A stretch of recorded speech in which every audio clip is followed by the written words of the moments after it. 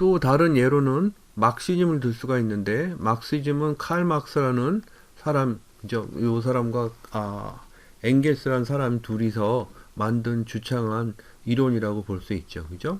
칼 막스는 공산주의 사상 그것과 관련이 많기 때문에 그걸로 유명한 듯하지만, 사실 칼 막스는 역사가였습니다. 역사를 공부하는 그런 사람이었는데, 이 사람의 주장을 정리를 해서 그냥 살펴보면은, 칼 막스에게 역사, 그죠? 히스토리는 과학적인 진행이었습니다. 다시 얘기하면 일종의 법칙을 가지고 역사가 흘러간다고 이렇게 봤던 거죠. 그죠? 그래서 기본적으로 이 칼 막스는 어떤 사람에게 영향을 많이 받았냐면, 헤겔이란 사람의 변증법의 영향을 좀 받았습니다. 변증법은 뭐냐 하면은, 헤겔도 인간의 인류의 역사에 대해서 이렇게 이야기를 했던 사람인데, 헤겔에게 있어서 시대 정신이라는 게 있는데, 그게 시대 정신으로 사람들이 가지고 있는 그걸 정이라고 하면은, 그거에 반하는 어떤 것이 나와서 충돌이 일어나게 되고, 거기서 합이 도출하게 되고, 이 합이 정이 돼서 움직이다가 다시 반하는 게 나와서 충돌이 있어서 다시 여기서 합이 일어나고, 요 합이 다시 정이 되고, 정이 반하는 충돌이 일어나서 다시 합이 되고, 이런 식으로 흐른다고 보았습니다. 그런데 칼 막스가 요 생각을 옳다고 생각하고 받아들였는데, 약간 자기 생각을 변형을 해서 받아들인 거죠. 그 변형해서 받아들인 것 중에 가장 중요한 것이 무엇이냐면은, 헤겔은 역사가 흐르는 것을 이렇게 보았을 적에, 변증법적 이렇게 했을 적에 시대 정신 이런 식으로 이제 설명을 했었죠. 그죠? 그런데 막스는 역사에 있어서 가장 중요한 것은 물질이라고 이렇게 보았습니다. 물질, 메테리얼, 그죠? 이것이 근간이 돼서 역사가 흐른다고 보았습니다. 그래서 칼 막스에게 이렇게 보면은, 막스가 이렇게 역사가 이렇게 있을 적에 헤겔이 이야기한 것처럼 시대 정신으로 생각했던 이렇게 그래서 안정적인 시기가 있다가 이것에 충돌하는 어떤 반의 시기가 있다가 그것이 다시 안정적인 시기로 바뀌었다가 다시 반대되는 시기로 충돌이 있다가 다시 그게 안정적인 시기, 그죠? 그래서 반합 이런 식으로 쭉 흘러간다고 이렇게 본 거죠. 그리고 역사가로서 칼 막스가 생각했던 건, 이전의 시대가 이런 식으로 흘러갔다는 것을 증명하려고 한 거죠. 그죠? 그래서 가령 막스가 이야기한 원시 공동체 사회, 그리고 또 막스가 살았던 시대 이전의 사회를 봉건주의 사회라고 이렇게 보았죠. 그죠? 그리고 막스가 활동했던 그 시대의 사회는 뭐냐 하면은 자본주의 사회가 태동했던, 그죠? 자본주의 사회. 그리고 나중에 설명하겠지만은, 막스가 이런 식으로 그 역사가 흐르는 것을 과학적으로 이해를 했기 때문에 미래에 있을 역사도 예측을 했습니다. 그래서 막스가 예측한 역사는 뭐냐면 자본주의 사회에서 사회주의 사회, 그죠? 사회주의 사회에서 다시 무엇으로 바꾸냐 하면은 공산주의 사회, 이런 식으로 흐른다라고 이렇게 본 것이죠. 그러면 이런 것들이 아까 이야기한 물질하고 어떤 관계가 있는가라고 이렇게 에 대해서 설명을 조금 더 해보겠습니다. 그걸 설명하기 위해서 봉건주의 사회 여기에 조금 더 치중해서 볼 텐데, 여러분들 봉건주의는 영어로 퓨달리즘이라고 합니다. 퓨달리즘에서 퓨드가 기본이 되는, 그죠? 기본이 되는 주의다 이렇게 하는 거죠. 그죠? 근데 이 퓨드는 뭐냐 하면은 장원 이렇게 해서 땅을 의미합니다. 땅. 그죠? 그래서 이 봉건주의 사회의 대표적인 시대가 어떤 시대였냐면은 킹 아서, 그죠? 아더왕. 그리고 그 외 사람들 이렇게 이야기되는 그런 시대였죠, 그죠? 또 이야기거리로 이렇게 로빈 후드가 살았던 시대이기도 합니다. 근데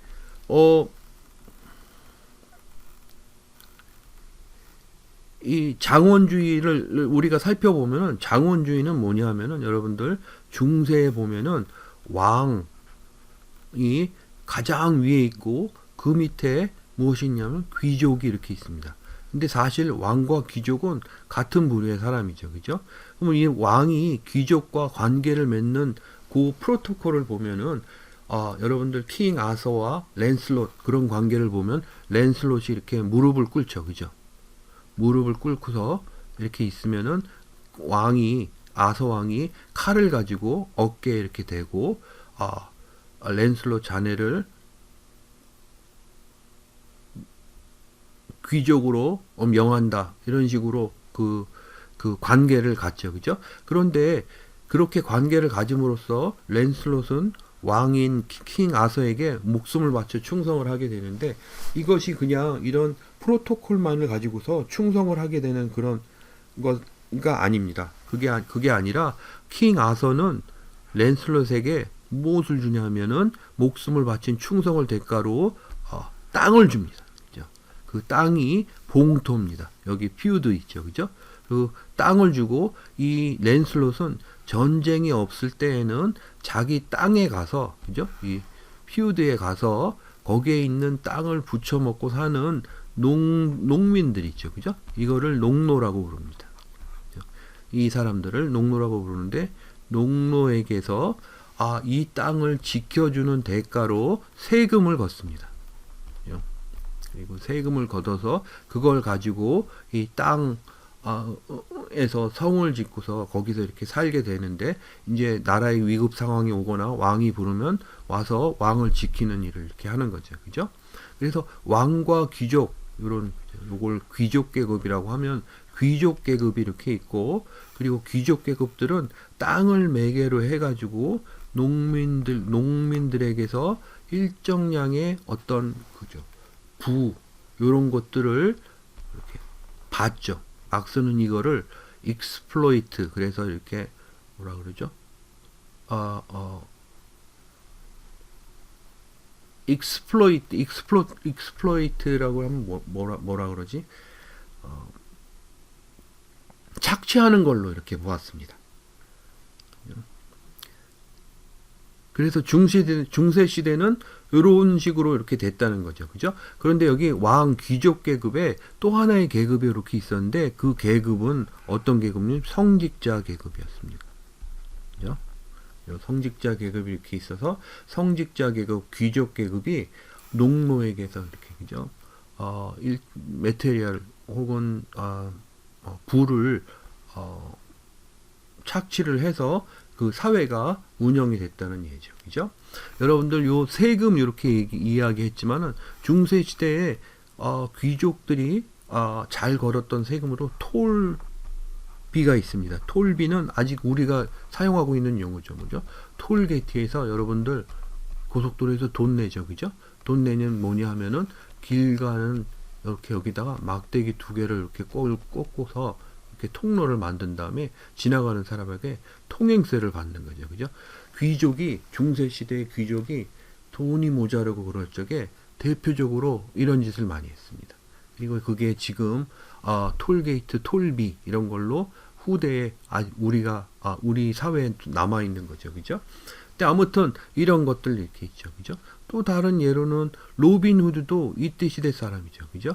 이때 사람인데 로빈 후드의 예는 이런 거죠. 귀족이 말이에요. 농노들을 너무 착취를 해요. 그죠? 너무 착취를 해서 농노들이 헐벗고 가난해서 살기가 너무 힘든 거예요. 그래서 로빈 후드가 어떻게 해요? 산으로 가죠. 건장한 남자들을 데리고 산으로 가서 귀족이 뺏는 세금을 가로채서 다시 농노들에게 나눠주고 자신이 쓴다는 이야기죠. 그죠?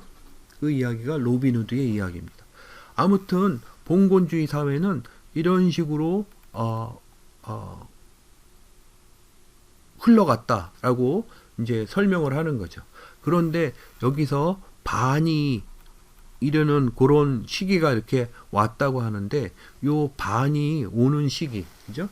요 오는 시기를 칼 막스가 무엇이라고 불렀냐면은, 요 시기를 자본의 축적, 뭐 이런 식으로 불렀습니다. 요거 자본 축적 이야기는 좀 어려울 수 있는데, 요 시대에 있었던 특징이 뭐냐면은 과학이 발전한 거예요. 17세기, 18세기 막 이러면서 과학이 발전하면서 여러분들 방적 기계도 이렇게 생기고 증기 기관 이런 것도 생기고 이렇게 생기면서 생산이, 그죠?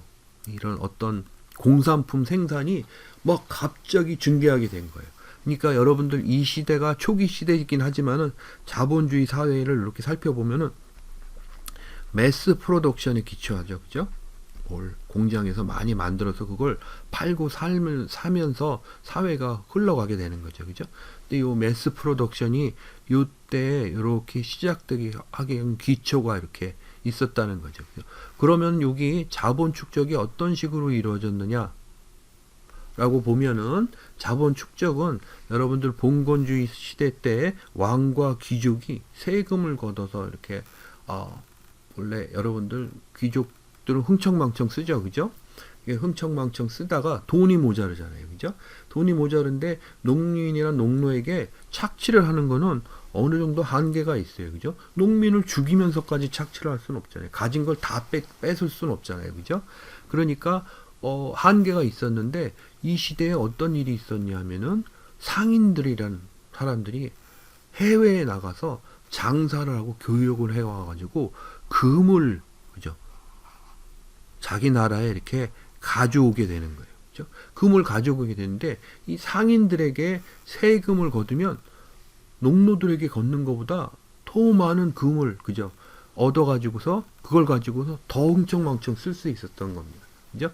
그래서 이 시대에 좀 깨어있는 왕들은 어땠냐면은 중금주의 정책을 펴가지고 상행위를 통해서 금을 나라에 가지고 오도록 하는 데 정책을 많이 폈습니다. 그래서 상인들이 바다에 나가서 그래서 교역을 잘 할 수 있도록 해군력을 막 기르고 이런 것들이 이때 시대에 봉건주의 말 요때 시대에 있었던 거죠. 그죠?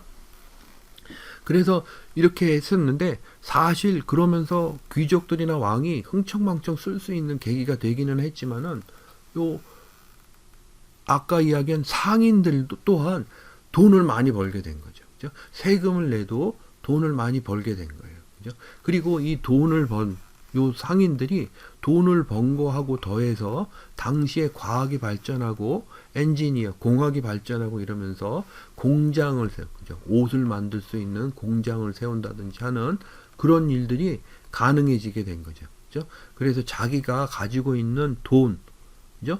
그거를 나중에 막스는 자본이라고 불렀는데 자본을 가지고서 공장을 만들어서 공장에서 물건을 만든 다음에 이 물건을 가지고 다시 교역을 함으로써 교역을 하고 교역을 해서 다시 부를 축출을 해서 그죠? 그걸 가지고서 더 큰 공장을 만들고 이런 식으로 하는 일이 진행되어 왔다는 겁니다. 그죠? 그래서 이 상인들이 돈 상행위를 통해서 자본을 축적해서 그걸로 공장을 만드는 시기가 요 시대가 이렇게 있었다는 거죠. 그죠? 그런데 요 시대에 이런 일들이 진행되어 오면서 막스가 왜 이전 시대하고 전혀 다른 시대라고 이렇게 주장을 하게 됐냐면은 따지고 보면 말이에요. 여기서 보면은 칼 막스가 이야기했던 봉건주의 시대는 말이에요. 이 시대는 그죠? 왕 귀족에게 중요한 메테리얼, 그죠? 그건 무엇이었냐 하면은 바로 땅이었습니다. 그죠? 땅이 부의 근원이었어요. 그죠? 그래서 땅을 누가 갖느냐가 중요했습니다. 그런데 요 자본의 축적 시기를 넘어서 자본주의 사회에 오면서 이제 중요한 것은 땅이 아니라 뭐냐 하면은 자본이에요. 그죠? 그래서 같은 메테리얼이지만 이 시대에는 땅이라는 메테리얼이 기반이 돼가지고 그 위에 정치제도, 사회제도, 문화제도 이런 것들이 만들어지고 해서 역사가 발전해 왔다. 진행되어 왔다. 라고 이렇게 주장을 한 거고, 이 자본주의 시대에는 땅이 아니라 뭐죠? 자본이 기반, 베이스가 돼서 그 위로 정치, 사회, 문화 이런 것들이 만들어져 왔다라고 이렇게 주장을 하게 된 거죠. 그래서 이 시대, 이전 시대는 봉건주의 시대, 그죠? 이후에는 자본주의 시대 이렇게 나눠진 거죠. 그래서 이 시대에는 자본을 가진 사람이 왕과 귀족, 성직자 이런 것들을 뭐라 그러죠? 대체하는 거예요. 그래서 여기 자본가들이 이쪽에 이렇게 쓰고 농민, 농노 이런 것들을 대체한 것이 바로 노동자라고 이렇게 본 거죠. 그죠? 그래서 막스는 자본이 메테리얼, 역사가 흘러가는데 그 물질이 중심이 되면서 거기에 주인공이 되는 계급으로서 자본가와 노동자가 새로 만들어졌고, 두 계급 간의 대립, 충돌이 있어 오면서 그 갈등이 증폭되는 과정이 자본주의 시대라고 본 거죠. 그리고 그것이 어떤 식으로든지 정리가 돼서 사회주의 시대가 오고, 공산주의 시대는 바로 요 자본주의 시대에 있던 요 공장, 그죠? 생산수단이라고도 부를 수 있는 요 공장을 바로 노동자들이 소유하게 되는 그런 시기라고 이렇게 보는 거죠. 그죠? 그래서 칼 막스는 우리 역사가 이렇게 보면은 봉건주의 사회, 자본주의 사회, 그 다음에 사회주의 사회, 그 다음에 공산주의 사회 이런 식으로 흐르는 게 필연이라고 봤어요. 그죠? 그런데 이 필연이라면은 칼 막스가 자신이 역사가 과학적으로 이런 식으로 필연적으로 흐른다는 걸 이해한 순간에 어떤 생각을 하게 됐냐면은 바로 요 자본주의 시대에서 공산주의 시대로 이렇게 흐르는 것을 앞당길 수 있다고 이렇게 봤죠. 그죠? 이 앞당긴다는 것이 무엇을 이야기했냐면 바로 공산주의 혁명이라고 이렇게 보죠. 그리고 이 혁명을 위해서, 공산주의 혁명을 위해서 칼 막스가 했던 일 중에 대표적인 것이 무엇이냐면은 바로 만국의 노동자들이여 단결하라. 그죠? 이 막스에게는 이 자본주의 시대에 무슨 민족이나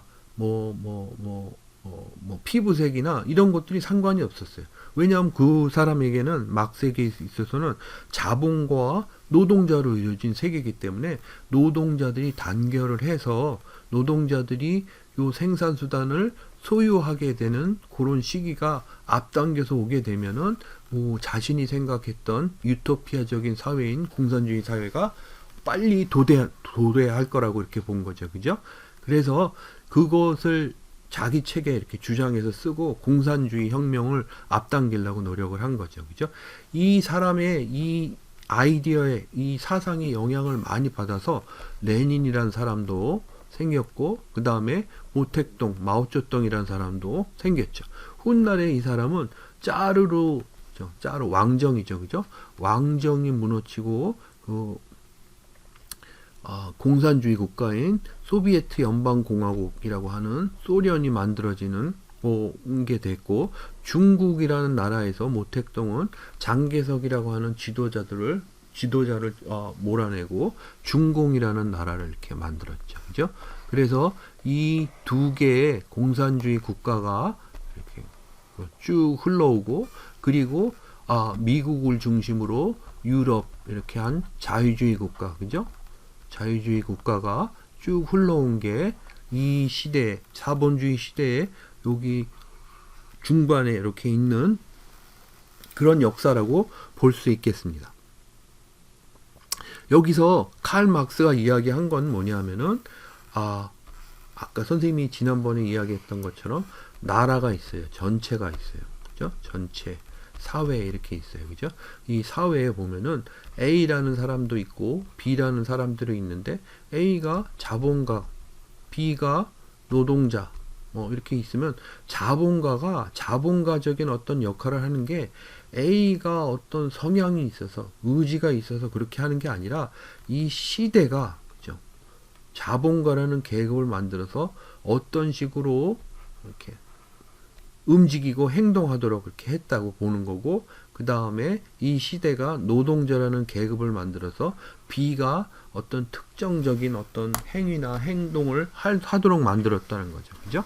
따라서 여기에 보시는 것처럼 전체 구조라고 하는 요것이 개인에게 영향을 준다는 것이 근간이 되는 것입니다. 그래서 이런 것들이 다 보면은 위에 세 가지 예가 전체, 제도, 사회 이런 것들이 개인의 행위에 영향을 줘서 사회가 움직인다라고 이렇게 봤던 것입니다.